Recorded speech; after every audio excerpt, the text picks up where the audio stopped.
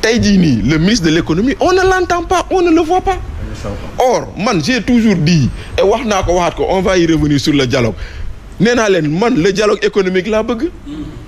Aujourd'hui quels sont les grands projets de Sénégal 2050 sur lesquels aujourd'hui on voudrait dire yéen secteur privé lii ngeen moom fii lañ leen di xaar fii lii et cetera gisuñu ko. Il y a de grandes thématiques qui s'opposent ici qui faut sur la marche de l'économie tu vois personne pour t'éclairer Djibril nañu waxante dëgg. Aujourd'hui le débat il est d'agasanté xaste plutôt que même politicien. Maintenant le débat il a été ramené mais quand des hommes politiques essaient de ramener le débat sur ce qu'il doit être moi j'applaudis lii la je préfère ce débat là plutôt que un débat de yaa ñaaw yaa rafet yaa sol li yaa sol lee. Maintenant lu des nag moo di ni quand quelqu'un pose une question comme ça qu'il y ait du répondant en face. Mais malheureusement tu n'en vois pas le répondant la lañ on va essayer de ramener le débat yow yaa ñu waxoon deuxième tour day am yow yaa ñu li après finalement qu'est-ce qu'on veut veut-on débattre ou est-ce qu'on ne veut pas débattre foofu la ñu toll bu fekkente ne on veut débattre des questionnements comme ça on doit voir quelqu'un le Sénégal en a besoin et on doit voir quelqu'un qui soit du pouvoir qui soit de truc qui se lève pour dire écoutez monsieur Bougane vous avez dit X Y et Z voici la réponse à X voici la réponse à Y et après donner des réponses et l'opinion apprécie. Ce que le Premier ministre a fait 2 fois njëkk na wax ne il a parlé de la renégociation des marchés publics surfacturés. Oui ça c'est très grave.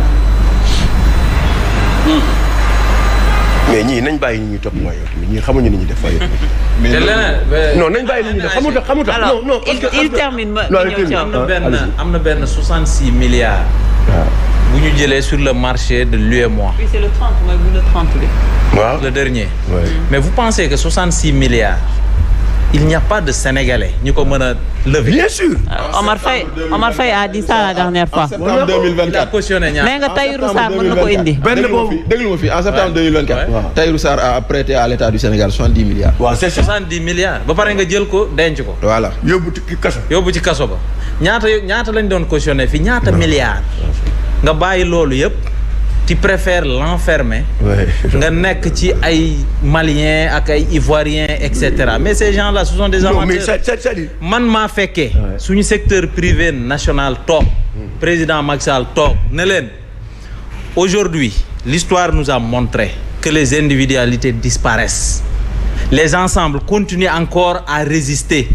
mais seuls les grands ensembles vont continuer à exister. Dans ce monde mettez-vous ensemble en termes de consortium sur l'énergie sur pas mal de secteurs heure bu ñu lancer un marché démocratiquement ngeen gagner ko ngeen exercer bu ko defee Sénégal mën ci gagner. C'est vrai. looluy dëgg. mais on avance Omar termine s'il te plaît termine sur ça. et bàyyi la di ko couper aussi parce que après moom tam day xaabaabal. parce que ñun quand on fait dit l'essentiel du ma ci revenir. mooy li nga wax léegi rek mooy centrale bi mais président premier ministre dafa wax ñaar dafa njëkk a wax 60 milliards ñu ne ko ana xaalis bi mu ne dama leen wax ne nañ ko dugal. ñu tabaxaat yeneen classe mais loolu mooy lan. 200 milliards. non loolu non dafa rek.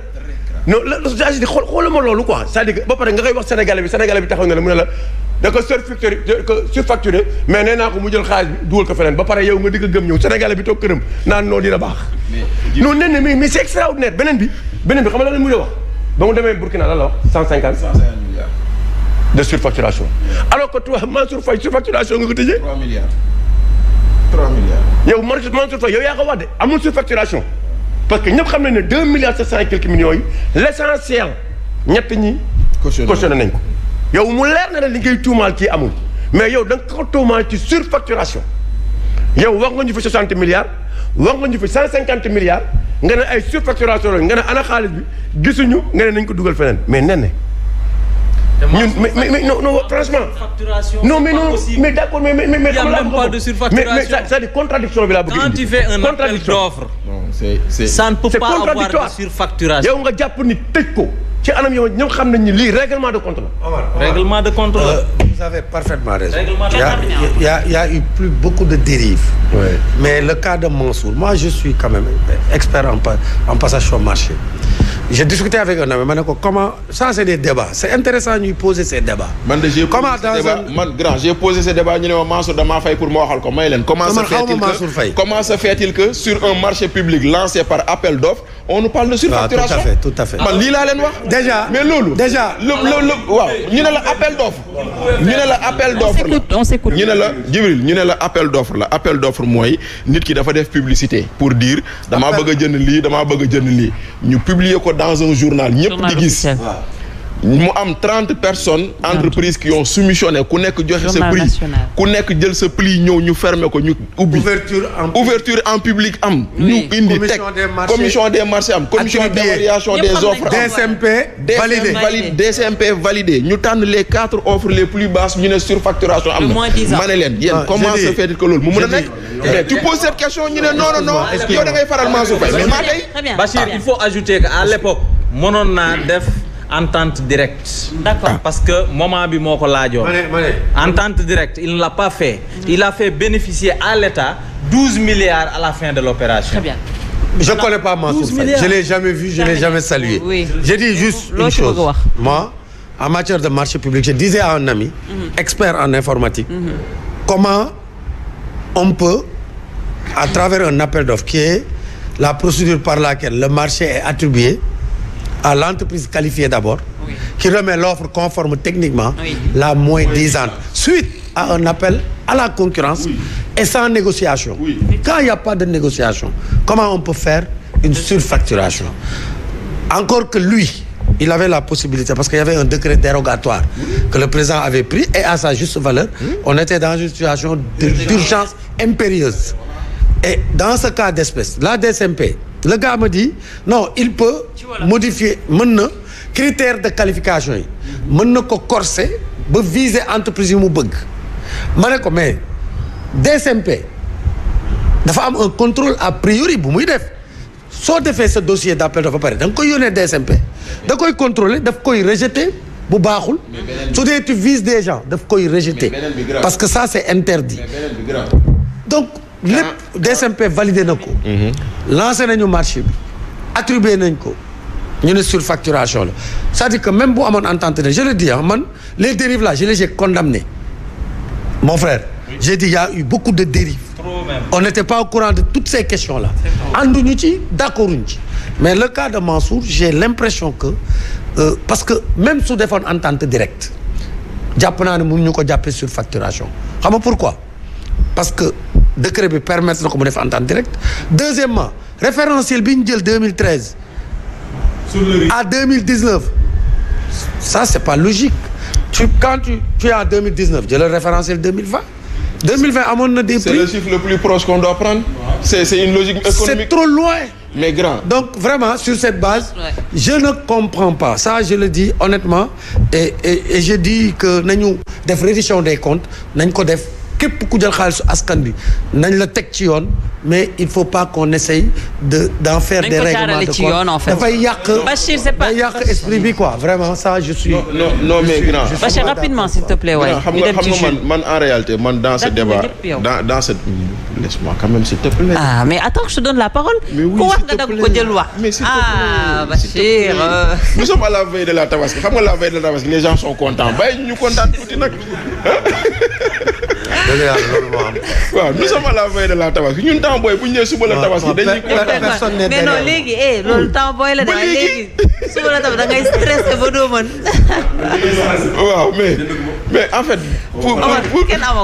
pour revenir un peu à ce que grand Djibril disait xam nga et boole ci lu Omar doon xam nga moi je veux bien croire que on a retrouvé 150 milliards sur les marchés je veux bien le croire maintenant je vais poser une question si on a retrouvé 150 milliards c'est d'où l'importance et la nécessité de ces rapports d'exécution budgétaire donc quand on les met dans un projet dans un rapport dañuy xam fan la jëm fan la jóge beneen bi 150 milliards yooyu noonu c'était pas prévu dans la loi de finances donc ça doit forcément figurer dans la LFR loi de finances rectificative loolu mooy benn bi deuxièmement man marché public Djibril xam na lu may wax la négociation n'est pas possible en appel d'offres. Non. La négociation n'est pas possible donc aujourd'hui bu fekkente ne c'est des marchés donnés par appel d'offres ni avant ni après d'ailleurs ni avant ni après. Donc aujourd'hui quand on dit on a retrouvé 150 milliards on voudrait savoir comment. C'est-à-dire que moi ici c'est le comment qui m'intéresse parce que par quelle gymnastique ce que la loi n'a pas prévu par quelle alchimie notre premier ministre est arrivé à l'avoir. xanaa day luxus bu fekkente ne dafa luxus moo tax ñu xam ko nañu wax mais dañ bëgg a xam parce que lu loi tëral mayewul loolu lu loi tëral loolu mënul nekk voilà ay marché yu élevé maintenant l'autre chose tu en viens à l'autre partie quand aujourd'hui parce que c'était le cas avec Laser on l'avait dénoncé aujourd'hui quand tu dis que Bachir Fofana a fraudé sur les marchés publics ce gars-là tu dois le traduire devant la justice parce que Bachir ne peut pas frauder nga jàpp ko mu frauder nga ne ko kaay ñu waxtaan. mais pourquoi Mansour Faye qu'on accuse de fraude et là où ça n'existe pas on ne l'a pas appelé kaay ñu waxtaan. donc tey jii nii si tu dis que y a surfacturation ba ñu jàpp ci nit kooku noonu da nga ko war a yóbbu pôle financier. naturellement da nga ko war a yóbbu pôle financier parce que nit ki mënul ne on a surfacturé des salles de classe nga jàpp leen nga ne leen kaale ñu négocier moi de franchement je ne comprends pas la logique et la démarche parce que elle doit être la même pour tout le monde on dit partout surfacturation délit la nañ yóbbu ñëpp yoon wala boog surfacturation du délit kaale ñu waxtaan la. alors parce que mun ñu ko jox ñi bàyyi ñële. c'est clair Jules lan lañ mën a retenir ci sa déclaration seen leader boobule. nee na cri de cœur président Bougane dafa toog xool dëkk bi fu mu jëm il a toujours dit boo leen koy déglu ces déclarations yi mu mujj yëpp ci weer yële passé danaan askan wi moo leen wote askan wi ne moo leen jox réew mi nañ leen bàyyi ñu liggéey waaye nun on se positionne en position de sentinelle bay waa tey bu demee ba ñu ñëw en passant bi ñu demee ba le dialogue national bi ñu teg nii le dialogue national bi ñu teg ah dem nañu Moussa balaa ñuy tànn dialogue loolu il faut moo wax ko fii nit ñi déggu ñii bëgg a wax naan que président Bougane c'est une pensée unique gis nga avant ñuy dem dialogue bi à une semaine avant loolu ñun ñëpp dañu en conclave ñun ñii ñëpp naan ñun nag alors bon voici ce qui se passe. Il y a un dialogue national sur les termes de référence mooy les trucs politiques léegi yéen nag xalaat leen est-ce que dañoo war a dem wala waruñu dem ñun ñëpp conclave ñu génne ci suñu xalaat teg ci table bi ne leen effectivement dialogue bi baax na parce que Sénégal dañ ko war a waxtaanee dëgg la waaye mais la priorité c'est pas ça ne ci lañ ne xaaruñu génne les 8 points mooy yi ngeen gis noonu nañ leen